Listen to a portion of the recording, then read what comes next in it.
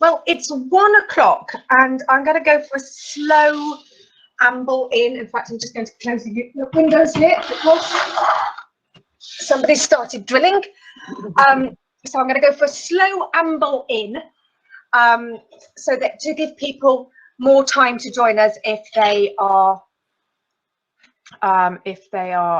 still just getting there. And I've just lost my key to move everything along, which is a bit strange. Hang on a minute.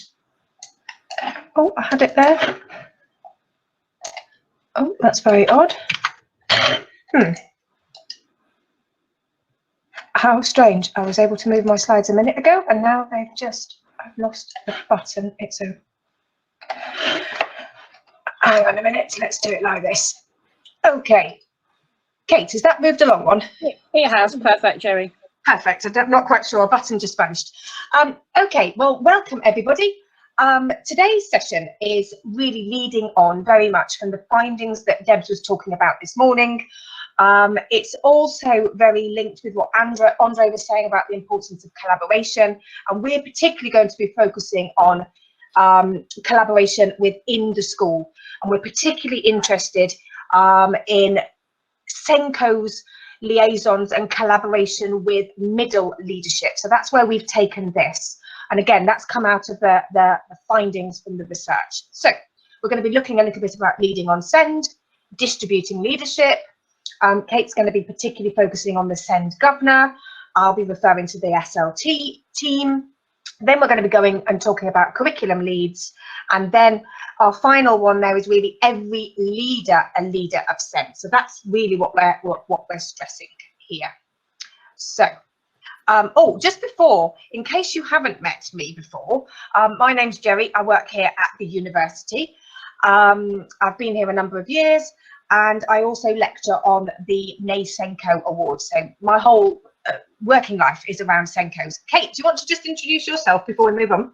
Yeah, thank you, Jerry. Yeah, hi everyone. My name's Kate Browning. Like Jerry, have been involved in SEND all my professional life, including being a SENCO in a number of schools, senior leader as well, and then moving to work for as a school improvement officer for a local authority in the East Midlands for a number of years. And then moved to work for NASON as the interim education development officer when the new code of practice, not so new now, came out, and working with the DFE and Andre on getting that distributed around the country. But now work across a number of areas around the country on school improvement for SEND, support Jerry as well on the SENCO award, and I've been part of the peer challenge as a lead challenger for the review in Derby City, which has been my absolute privilege to be a part of. I've thoroughly enjoyed it, and looking forward to being with you today and sort of hoping to help you think a bit more strategically, think a bit more broadly, and think about how we can make that SENCO role a little bit more manageable. Over to you, Jerry. Thank you. Going to be the key word, isn't it? Okay. Right, so the visual says it all here to kick us off. There is no SEND magic wand. If you're just about to take on SENCO, or you've still been looking in the stock cupboards for this SEND magic wand, I can assure you it is not there. And this is your message to communicate out to everybody who's with you. You have not, by virtue of taking on the SENCO role, suddenly been given something that no one else has. You are your expertise is potentially equivalent to others in the school. So let's just get that clear. Another point I really wanted to make, and this really resonates with me and perhaps with Kate as well, because my time as a SENCO was a number of years ago. And at that time, as we can see on the quote there from Edwards, over the years, the SENCO role has shifted from one who did to one who now coordinates the collective doing. In my time, I was one who did. I was writing all the individual education plans as they were at the time. I was filling out all the paperwork. Teachers would come to me in my school, knocking on the door, asking for, Jerry, I've got so-and-so in my class, what can you do to help? That role is now changing, has significantly changed. What you're required to do is more strategic than at the time when I was a SENCO. So to get to, as Edward said, you're coordinating the collective doing. It shouldn't just be you on your own. Your role has also expanded from a number of years ago. So the question is, how do you lead SEND in your school rather than becoming the person in your school who owns the SEND magic wand? And that is really what this whole session's about. And of course, we're going to focus on that through distributed leadership. Okay, over to you, Kate. Okay, so I think we just wanted to share with you a bit of, this is really pretty much hot off the press, sort of research that's been now reported on. I think we had a bit of a heads up on what the outcomes of the SENCO workforce survey were, but now that's been brought together by Bath Spa University in conjunction with NASON. And I just really wanted to share this with you, and I want you to think, is this recognisable to you? Is this something that you feel echoes your position? It may or it may not. So we're seeing really here that 2/3 of SENCOs report not being part of the school's senior leadership team. Now, we know the Code of Practice says, paragraph 6.87, the SENCO has an important role to play with the head teacher and governing board in determining the strategic development of SEND policy and provision in the school.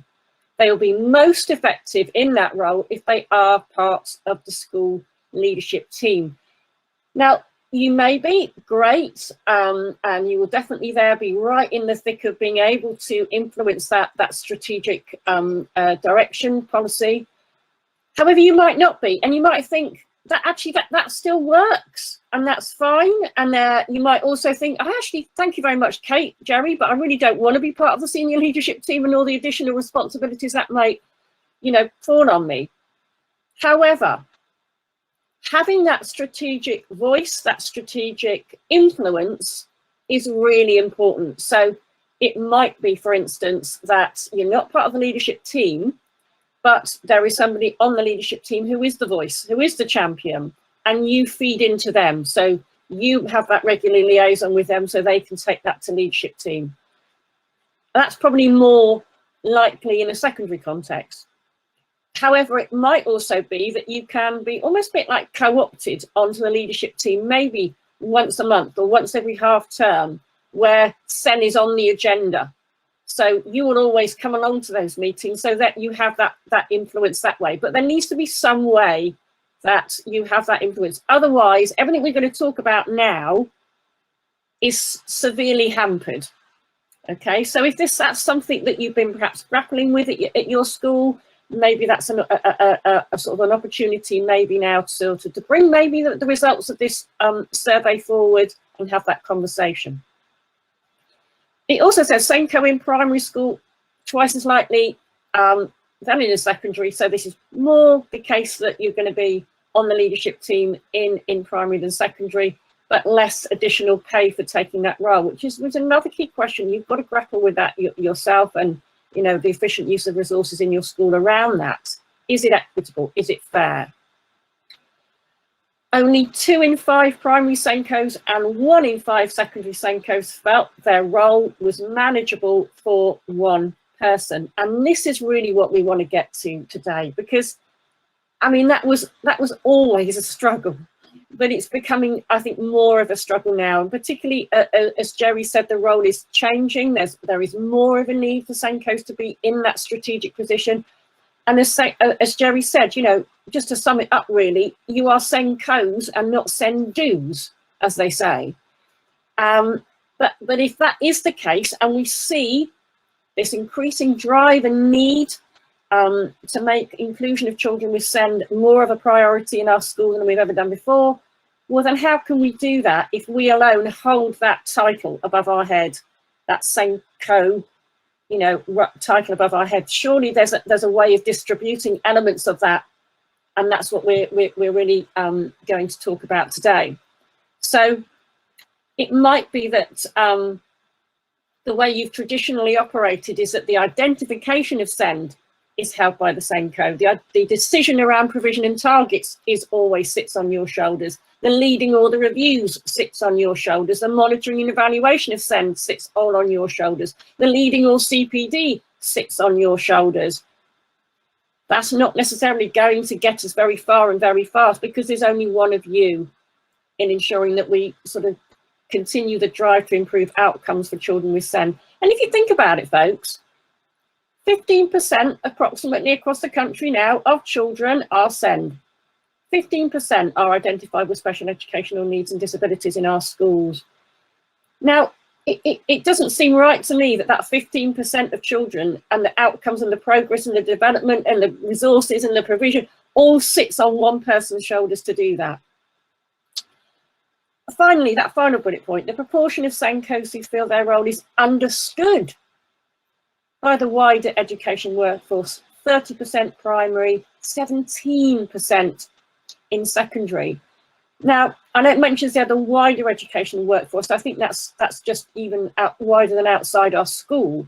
However, if we think about what you have influence over, and that's the workforce within your school, that's worth reflecting on. And in a way, I think maybe that's not surprising. Yeah, because actually there is no other role in our school like the SENCO role. Yeah, if you're a subject leader or a head of department, you know, you pretty much know what those roles and responsibilities are for other subject leads or other roles of heads of department. If you're maybe a key stage lead or a year group lead, you kind of know what it's going to be like. If you're a year 7 lead and, you know, with a year 11, you're going to be dealing with the same sort of things. But it isn't the case with the role of the SENCO. There's nobody else quite like you and your role in the school. And if certainly those around you in leadership positions, maybe the head hasn't actually ever been a SENCO themselves, you know, that actually can be quite challenging maybe sometimes to really fully appreciate the complexities and the challenges of that role. So maybe there's a need to address that in your school. Maybe you've got plans ahead at the beginning of the next autumn term, you know, your sort of induction day session on SEND, your inset day session, and maybe you've been given a bit of time. Maybe, you know, might be an opportunity to actually share. Can I just tell you what my job entails, what I do, what's that role, what's that responsibility? Okay, pass over to you, Jerry. Fantastic. Thank you. Okay.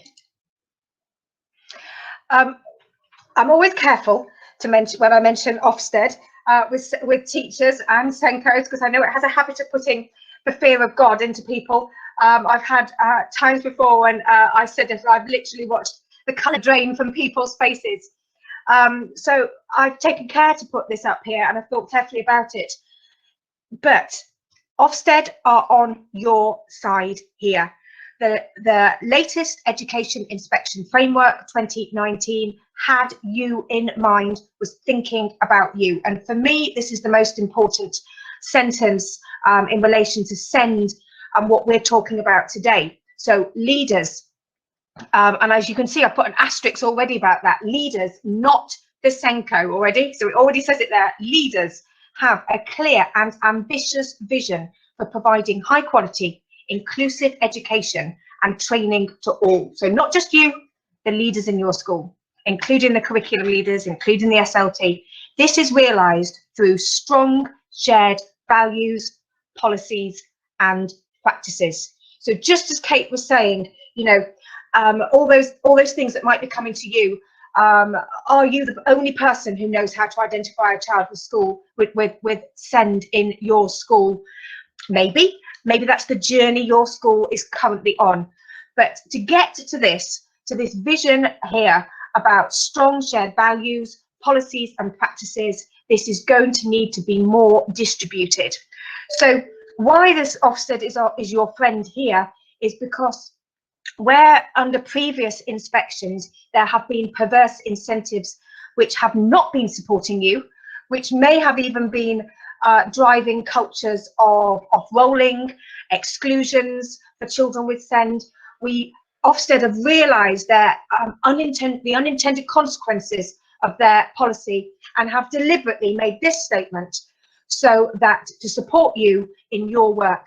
Very early on, when this new framework came out, a SENCO who I was speaking with was inspected under the framework and said to me, Joey, they didn't even come to talk to me. Why's that? Because they gathered all the information that they needed to know about SEND from every other leader in the school. So the curriculum leaders, the SLT, everyone else was able to talk about SEND. So they didn't need to come to me. My role had been distributed. That doesn't mean you don't have a role. That doesn't mean you're not important. Far from it. But that everybody understood their part in this. So hopefully this is inspiration to you, and hopefully I haven't made you feel a little queasy with the word Ofsted.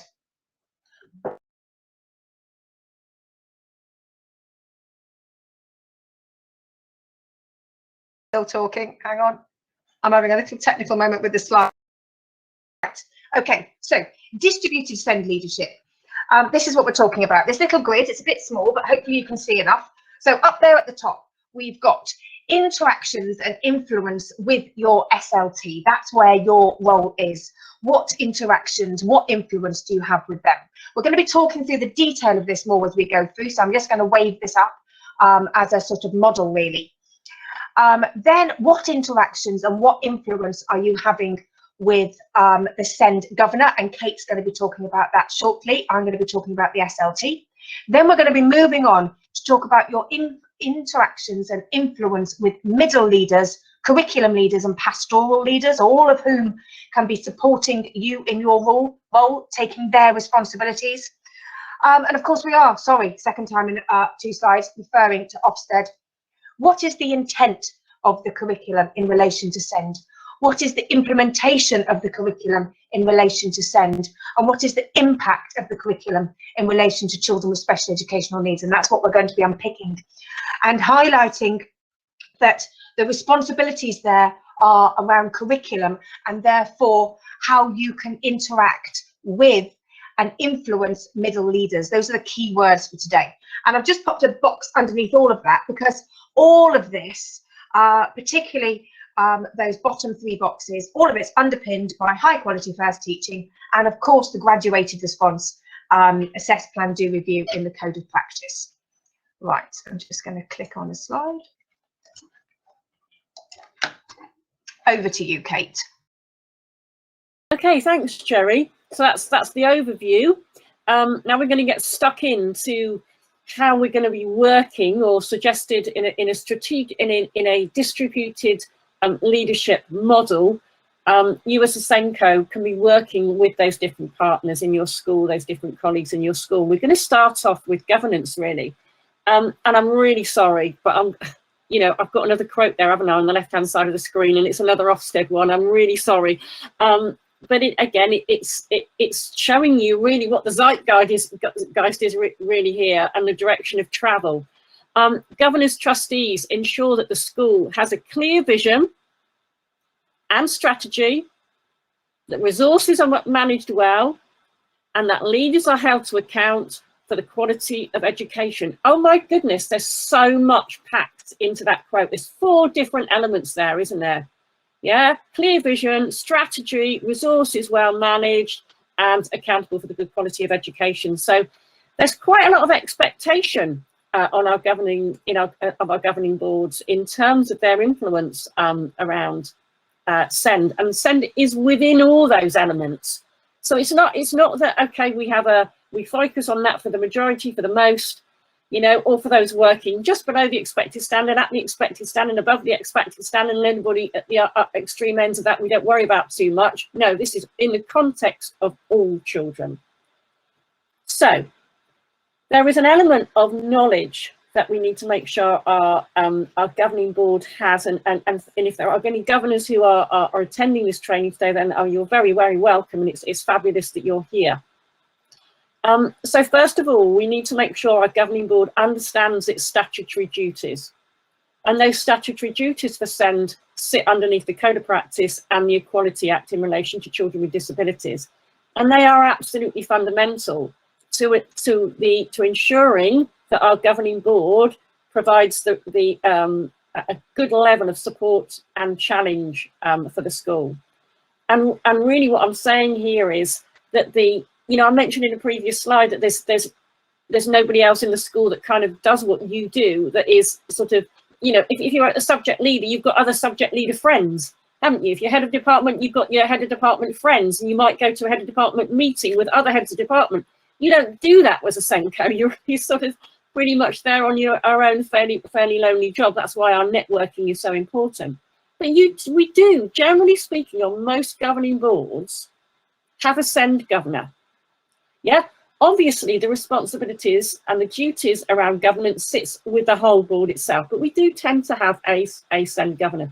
So actually having a relationship with a working relationship, a really good strategic working relationship with that same governor can really support and help you in that strategic leadership.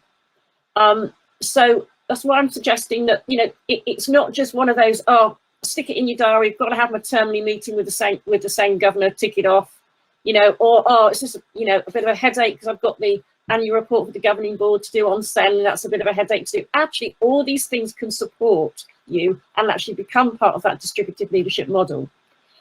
So, but as I say, in order for that to happen effectively, we do need our SEN governor who understands the statutory duties.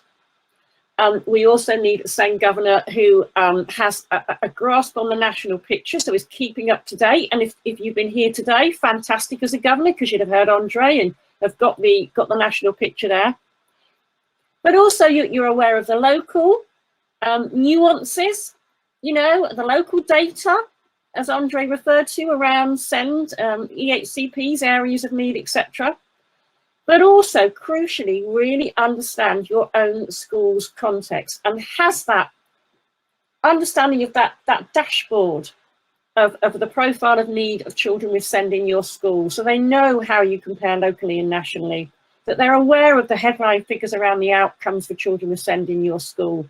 And crucially, they understand and know your role. And that's one of the most important things a new SEND governor can do, is actually understand what does your role involve. So if you haven't had that discussion with your SEND governor, if your SEND governor doesn't know that, it's really probably important to have an element of your next meeting with them, just sharing what your what a general term looks like in terms of your roles and responsibilities. What's working well? What's enabling you to do a really good job as a SENCO? And what are the barriers that are inhibiting you actually moving in the direction you feel things need to go? So I put this, probably thinking, why on earth did you put a picture of a torch there, Kate? That's a bit bizarre. But what I'm trying to do here is saying, if you're working in partnership with your SEND governor to look at your priorities in your school, then that is probably the most effective way of being able to also influence that strategic direction. But it has to be filtered through that same governor having a clear understanding, and you as well, of, as I say, those statutory duties, national picture, local context, understanding of your own school context. Then you're going to really be able to shine that light very precisely, very carefully, in a very focused way on what you want to look at. For example, let's look more in detail at the outcomes of children and young people with SEND with speech and language and communication needs, because do you know what? We've got 40% of our kids on our SEN register have got speech, language and communication needs. Or it might be that you're together wanting to focus on the effectiveness of provision and the efficient use of resources. So let's have a look at how our notional budget for SEND is being deployed at the moment. What of our spend is really leading to great outcomes, and what actually do we really feel isn't perhaps not as effective as it was? Your governor has a role to play in that, has a key role to play in asking those questions, and I would argue has a visible role to play, not just sitting in a meeting, once a term at full governing board, or maybe at a committee meeting, but actually with you at the heart of actually looking at these things and asking those questions.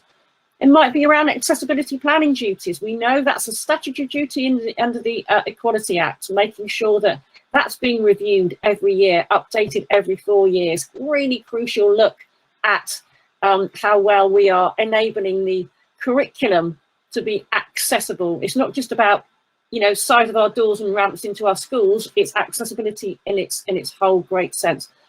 And finally, I put a little peer review note there, because I think we've had a fantastic, you know, few years now where we've been in most schools, and lots of schools have been in Derby have really been engaged in that peer review model. And I was thinking, you know, wouldn't it be great if actually that peer review model can actually extend to governance as well? So maybe governors visiting and SENCOs together visiting other schools as well to see how they're doing it and reflecting on their practice. So the governor actually becomes one who sees what practice is going on in other schools around this as well. So governance, important. Partnership, a dynamic partnership, more than a tick box once a term. Yes, I've got my meeting out the way, back to the day job. They can, if they're understanding their role and you're sharing that with them, then they can support you much more ably in influencing that strategic direction at governance level. Over to you, Jerry. Fantastic. Thank you. Okay, so moving on to the senior leadership team. Through self-evaluation, and I'm going to get you to think about this. So I'm just going to briefly read through it. I'm not going to talk too much about it, and then I'll get you to put stuff in the chat if that's okay. So the box in blue on the right-hand side, that's what I'd like you to think to write in the chat about, and we'll give you a moment to do that. So through self-evaluation, do the senior leadership team have a vision for and knowledge of SEND in your setting? That's sort of the question that we're thinking about. So what do I mean by that? Well, there's some examples below. Is there a shared vision for SEND in your school? Is there a shared commitment for SEND in your school?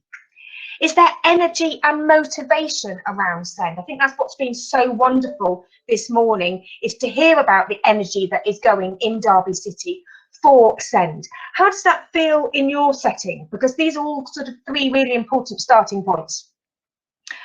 Is there strategic planning for SEND? And remember, this is all focused, not are you doing strategic planning, but is your SLT involved in strategic planning and you're part of those discussions?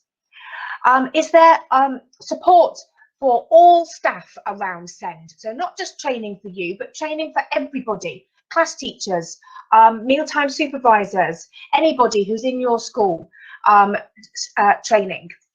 Is there resource allocation for SEND in your setting? Is there an environment conducive to removing barriers and including all children with SEND? And is that something that the SLT are thinking about how to facilitate with you? Is there a commitment to collaborative working around SEND? So it's not a case of all roads lead back to you, the SENCO. And is there effective communication around SEND? So I've given a little bit of detail to those. I've got my chat up on the side. Think about these elements in relation to your setting. Remember, you can be anonymous. And discuss this with the people in your group, or discuss it with the chat. So you might find it useful to share a particular example of things that are going well. So we'll just hand over to you for a moment. I'm going to stop talking and let you type for a moment. Just while people are typing, I can see a couple of questions coming in the Q&A section. That's absolutely fine. We will address those by the end of the session. If we don't address them immediately, we will get to them. So don't worry about that.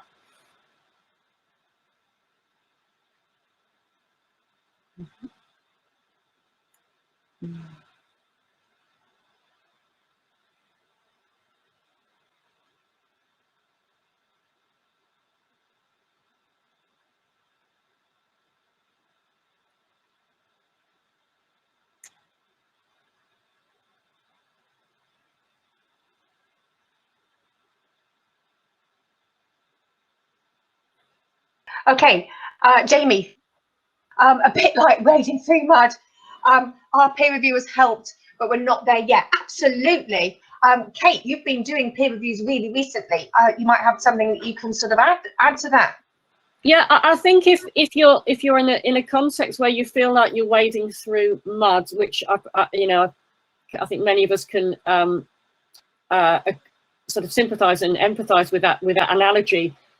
I think there is the need to try and find some stepping stones so you can actually place them across the mud and walk quite confidently across. But stepping stones are really heavy, so you need somebody else to sort of help pick them up and place them down and make sure they're facing the right direction and getting you to some firmer, you know, less soggy soil. So I think there is the need to just keep reflecting on that whole school vision about, okay, we're in mud at the moment. What do we want our non-mud situation to be like? You know, what is causing the mud? What's creating the mud? You know, what's going to get us out of it? And that's the strategic view, isn't it? And having in a context where you've got everybody looking at it, not just you trying to focus on what's working well, what are the barriers to improvement, is going to help get a clearer vision, a clearer plan to get you out of the situation that you're in. And there will always be muddy bits, won't they? Because contexts change, situations change. That's the nature of education in general, really. But hopefully by the end of this session, we can give you a few more ideas, Jamie. Okay. Fantastic. Picked up from Andrew. Yeah, Andrew said, yeah, he does need it. He's recognizing that subject leaders is an area for them. Wendy, loving your comments. So she says that there is a shared vision and motivation. And I think that's often where it can start, actually. I think when we've been doing the SEN peer reviews, we've seen a lot of that, particularly in our senior leadership team. Yeah, Wendy says a video was created that made everybody cry. Oh, you see, that's a really great way to galvanize everybody. Caroline, we're currently changing from a two-teacher model to a more traditional model of teacher and TA. This is a steep learning curve for many of our staff. That'd be really interesting to see how that goes. I can think of a school I know of in the city that was doing a two-teacher model. So it'd be, I'm wondering if you're that setting. We have a split role of SENCO, and now I'm the deputy SENCO working with early years. This is going really well. Yeah, absolutely. I'm really fascinated by, when I run the course for SENCOs, how many deputy SENCOs I'm starting to see now. Back in my day, we didn't call her a HLTA, but she would be by today's standards. You know, she was my right-hand woman. So yeah, having someone there with you, deputy SENCOs, great idea. Billy saying that she thinks there is a commitment to send from all, but not sure it's shared, and it's almost coming from different directions from every different person. So it's about that coordination, isn't it? Caroline saying we do have a strong shared commitment to send, and staff are no longer expecting the SENCO to fix everything. Hallelujah, well done. Brilliant. Wendy's talking about a new mindset, children with inclusion. Absolutely, Wendy, and I know there are discussions around at the moment concerning the role of SENCO. What does that change when you start becoming inclusion coordinator? That's something that I've spoken about quite a bit. And one of the SENCOs I was speaking to in the city recently talked about how much she enjoyed her SENCO role because she was able to support families and holistic support for children, not just with SEND, not seeing SEND in isolation, but seeing the big picture. And it was interesting about her passion for family working. And I think that comes through with the SENCO as well. Andy Beattie, shared vision and commitment for SEND. We need subject leaders to have greater perspective of SEND in their subject. That's exactly what we're coming on to. Paula, having recently had my peer review, I was pleased to see an increased energy and motivation with regard to SEND, around that our subject leaders could talk about SEND, more communication needed with our SEND governor. Yeah, absolutely. What I'm loving about what you're doing is you're recognising what you're doing well and then your next steps, which is fantastic. Sonia, I feel like we have a long way to go. Every journey starts with a first step. I will say to you now, I have an idea about the direction we need to go in, and most staff are on board. Well, that's great to hear, and inclusive, but many staff are still expecting you to wave the magic wand. Well, that's hopefully we're going to be able to address a bit of that later on. Our latest Ofsted and SEN peer review showed that we needed more staff and resources. Really interesting, and that's where your SEN governor can come in, because they of course are part of your budget, and your communication with your SEN governor will help you and your provision management will help you to show what you're spending and where need is. It's all a justification game. Sarah, our latest officer, hang on, I think I've just read your one. Our new head has allowed 3 of us to do the SENCO next year. I know exactly who you are. I've spotted your application. How exciting! What a commitment to send, Sarah, and your colleagues. So that's really showing distributed leadership and understanding that the role is big. And I think you're at secondary school as well. Not you personally, teaching in one. We definitely need to look at subject leadership and how this links to SEND. And then from Will, from Peer Challenge, it was clear we had a strategic whole school vision for literacy. However, our focus as a SEND team is now going to be on maths. Yeah, absolutely. Again, starting somewhere, taking good practice that you've got in one area, moving it out, focusing on the core subjects as a starting point. That could be really useful. We had recommended you, but then lockdown happened. Yeah, absolutely. I feel I've been trying to get support to implement these recommendations forever, but yeah, it's really hard to do collaboration in this way. I wish I was looking at you face to face, smiling at me now. Well, hopefully smiling at you for sure.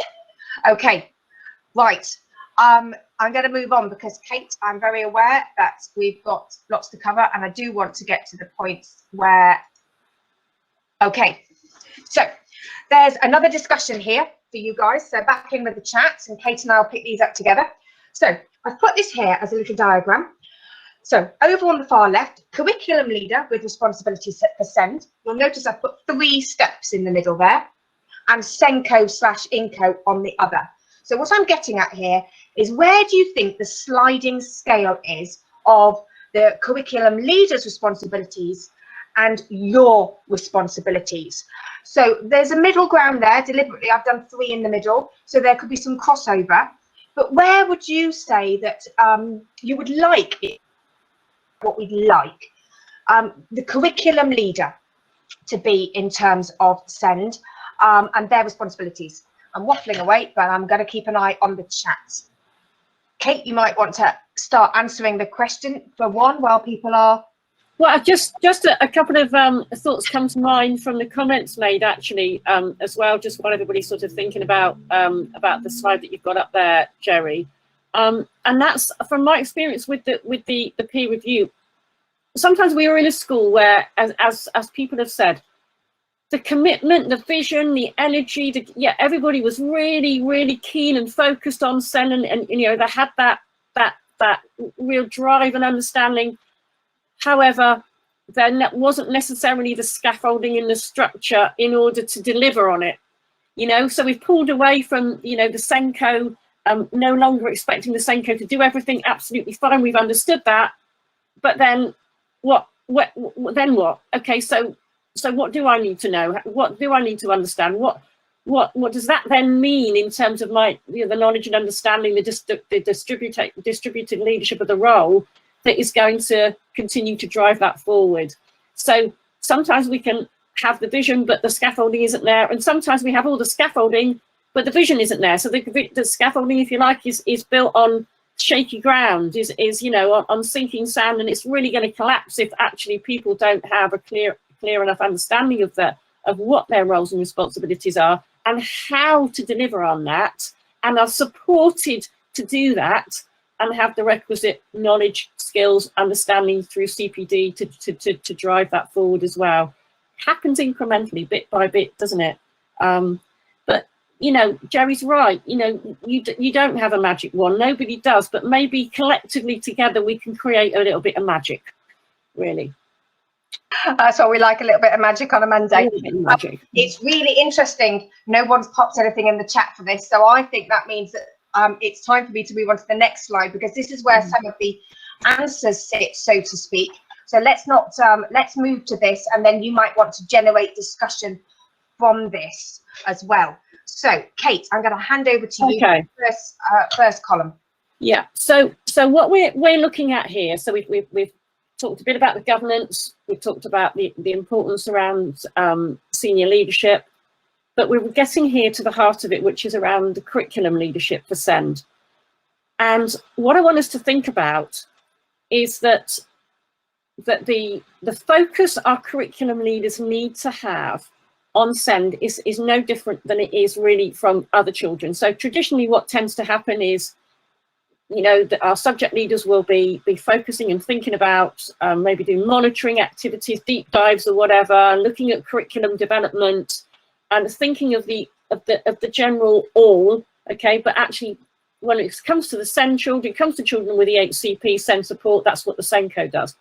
So what we're trying to move to here is enabling our curriculum leads, subject leads to think wider than that, to ensure that they're thinking about how well children with SEND in their subject access their subject, how well they participate in their subject, how well they achieve in their subject. And that is just as important part of their role as looking at everybody else.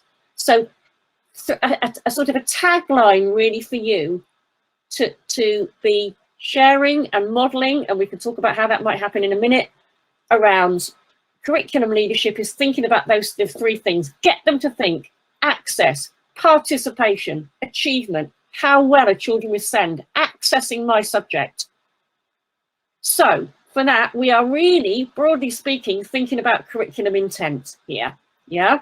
So we're thinking about how well across the school is the curriculum designed and developed to be inclusive, and be inclusive by design. Not what extra things necessarily do we have to always add on and do differently, but actually in the way we design and set up the curriculum in itself and of itself, how do we ensure it is really inclusive by design to start off with? It's not add-on. So do our curriculum leads, class teachers, do they have the ambition that the curriculum of high expectations for children with SEND? So do they have that as well? Because everybody needs to have those high expectations. You know, it's hard won for children with special needs and disabilities. We know that. But we want them to get to the same level. Okay, it's going to take time. The journeys might be look different. Okay, but we still have those high expectations. Do our curriculum leads have those high expectations as well? Are they making sure that we are maximising progress in the way the curriculum is designed? And that can be around how well it is sequenced. And does it enable the curriculum? Is it developing those knowledge, skills and abilities to ensure that those children with SEN are incrementally becoming more fluent and increasingly independent? Because that's where we want to get to. We want those children to be as fluent and independent in our curriculum areas before they move to secondary, and inspired, yeah, and inspired by our curriculums as well, inspired maybe to go on to whatever they want to do at FE. So what I would say to you here, all our curriculum leads, and I know lockdown, as someone referred to in the chat, has hampered school improvement in a lot of ways, but we're probably getting back to curriculum leadership, subject leadership again, having a bit more of a focus on it. So ensuring that our curriculum leads are thinking about, in the design of their curriculum pathways, are we ensuring all our approaches, etc., the intention around it is fully inclusive? I get them to go back and scrutinise that and think, for our children with speech, language and communication needs, for our children on the autism spectrum, for our children with social, emotional, mental health, what is it about the way we've designed the curriculum that could potentially be a barrier to them making good progress and improving? Okay. Jerry is going to move on now to thinking more about what's happening in the day-to-day around the implementation. Thanks, fantastic, Kate. And I've also noted comments from Claire and Wendy that I think I'll be, I think Wendy's point is about meetings, about the curriculum lead and the SENCO having shared communication, shared values, shared vision. I think that's really important that you put shared accountability in there, and that links back to what Kate was saying. I'm going to come on to what Claire was saying because that fits in with this middle column. So just things for your curriculum leads to think about, and those words that Kate was stressing as important are right on the top of that slide. Access, participation, achievement. That's really what our curriculum leads need to be thinking about. So in terms of participation, are children present for classes, or are they removed for intervention? We know that there's an added focus. There should always be a focus on the one lesson into the next and progression.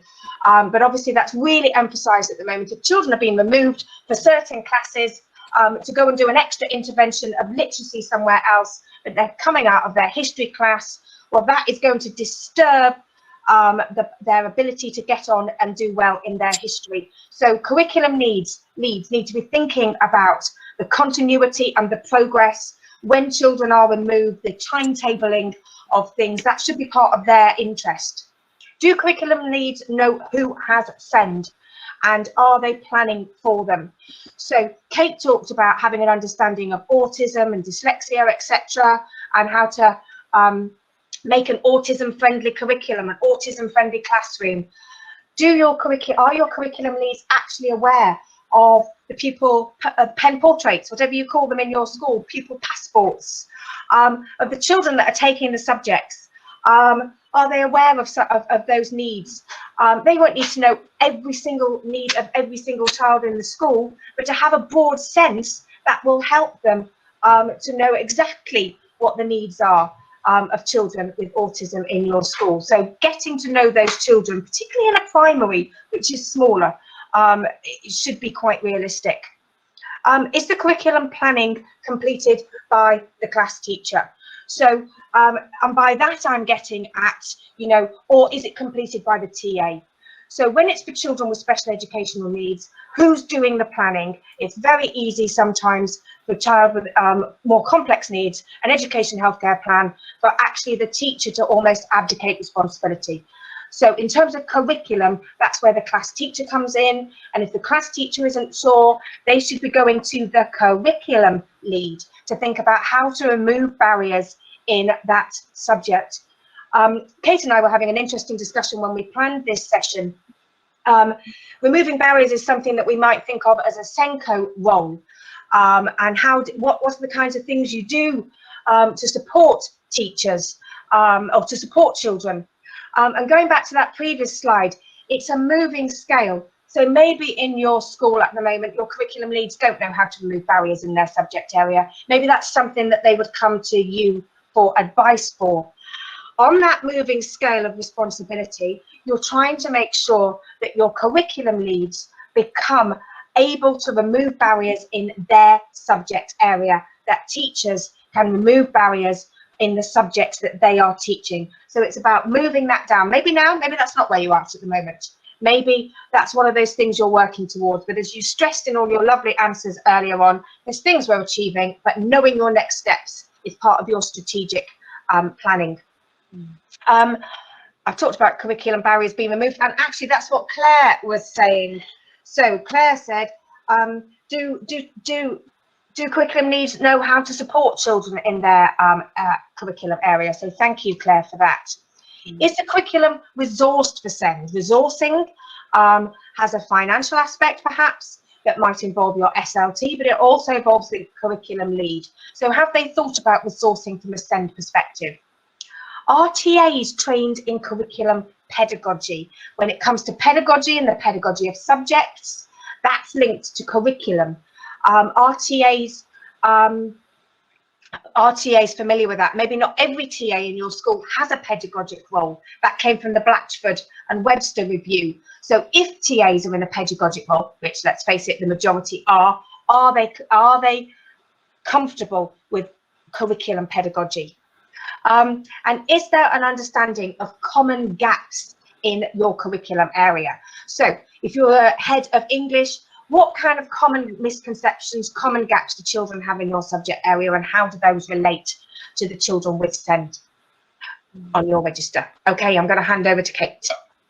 Thanks, Jerry. Yeah, so I think what we're beginning to say here, really, if you're not picking it up by osmosis, it should be pretty clear by now, that really we're wanting where class and subject teachers are struggling maybe to remove those barriers, where they're struggling to be able to break down the learning to perhaps as far back as they need to go for it. Maybe they've got some children who are actually working well below the expected standard. Actually, I'm not used to planning for children at those early steps in writing or early steps in maths.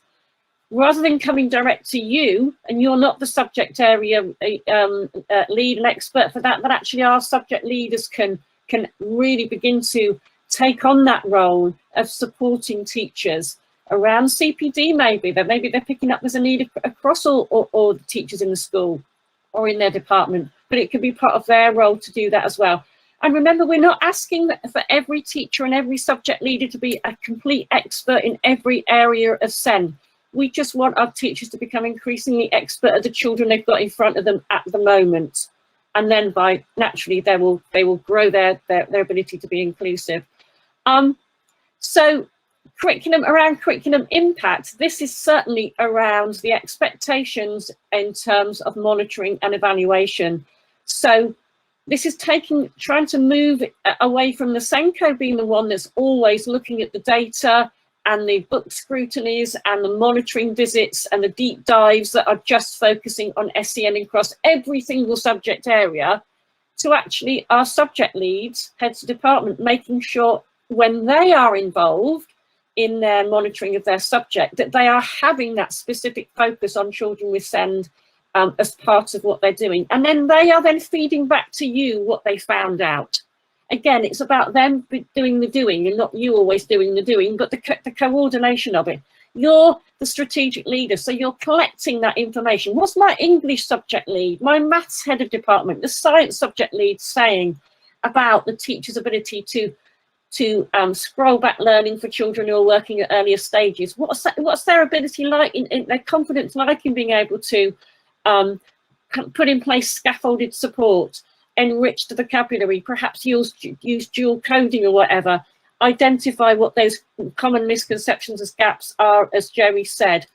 If you're picking up the same issues that are coming across all the different subjects, then that's you in that strategic leadership position, but you're not actually doing it necessarily all the time.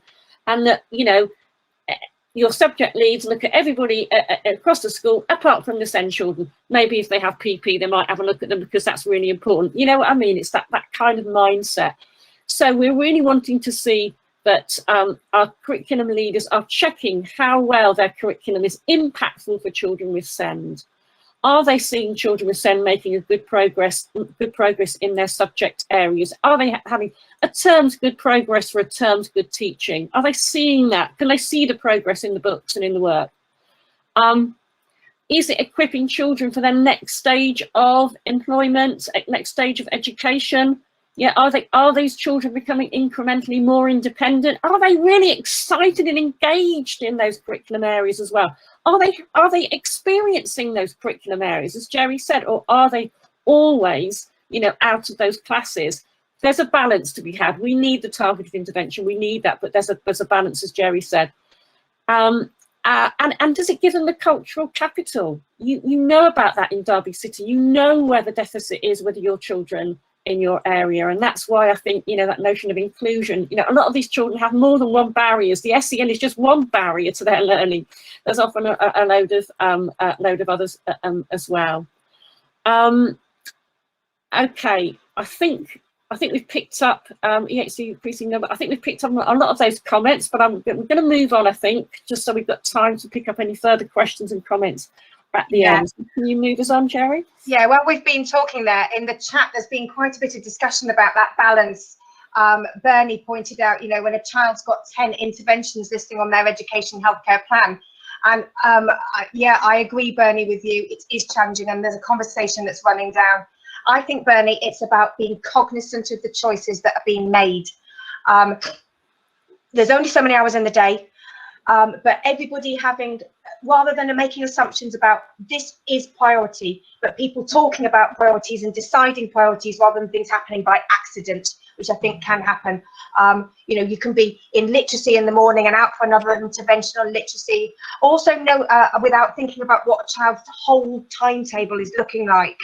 I also think it's about watching those curriculum subjects that they really like and are motivating. If children are really motivated by art, could even be French, whatever it is, that their motivation is maintained and the interventions don't happen. And so that's about pupil voice and having conversations with pupils about what they would like. And I think I would really stress that where you can, in terms of removing children for intervention, talk to the pupils about it, because it is having an impact on them, and they might be able to tell you that how anxious they are about missing a history class or whatever it is because they feel they can't catch up.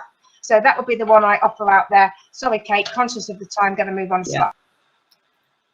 Okay, so on our next slide here, I'm hoping to be able to create those stepping stones across that muddy field for you as our analogy earlier on. So think in mind, just keep thinking, participation, access, participation and achievement. That's what you're going to be talking about. I suggest talk to SLT. If you really feel this more distributed leadership for SEND is what's needed in your school, a conversation needs to be had at SLT first of all. If you're part of SLT, great. If not, book a meeting in, book an appointment in. This is important. Talk about that vision, those values. Get the SEND governor along to that meeting as well. Think about, what does this model look like? Share maybe the presentation that we've given you here today. Now, if that is going to happen, there is the need to make sure your subject leads, your heads of department have an understanding of the wider duties around SEND under the Code of Practice and the Equality Act. And I forgot to put there, but of course the teacher standards as well. And the early career framework, absolutely. I don't know why I forgot to put that. It's really, really remiss of me, but that's absolutely crucial there. The Code of Practice isn't just for SENCOs. The Equality Act isn't just for SENCOs. The teacher standard has SEND embedded within it, not bolt on. It's built in. But there's an element of that in all of those that is crucial to the subject role, leadership role. Just as I said at the beginning of the slide, does everybody understand what that SENCO role is? Maybe there's a place to start there as well. So is there a need then to move on, another stepping stone, in co-designing the roles and responsibilities of our subject leads? I bet your SEND policy has got what your role is as a SENCO. I bet it puts in what the governor's role is. I bet in there it's a teacher's role, but I bet you haven't got the subject leadership role in your SEND policy. I bet that's not actually included in other policies as well. SEND should be part of all policy. It should be an element of that in there.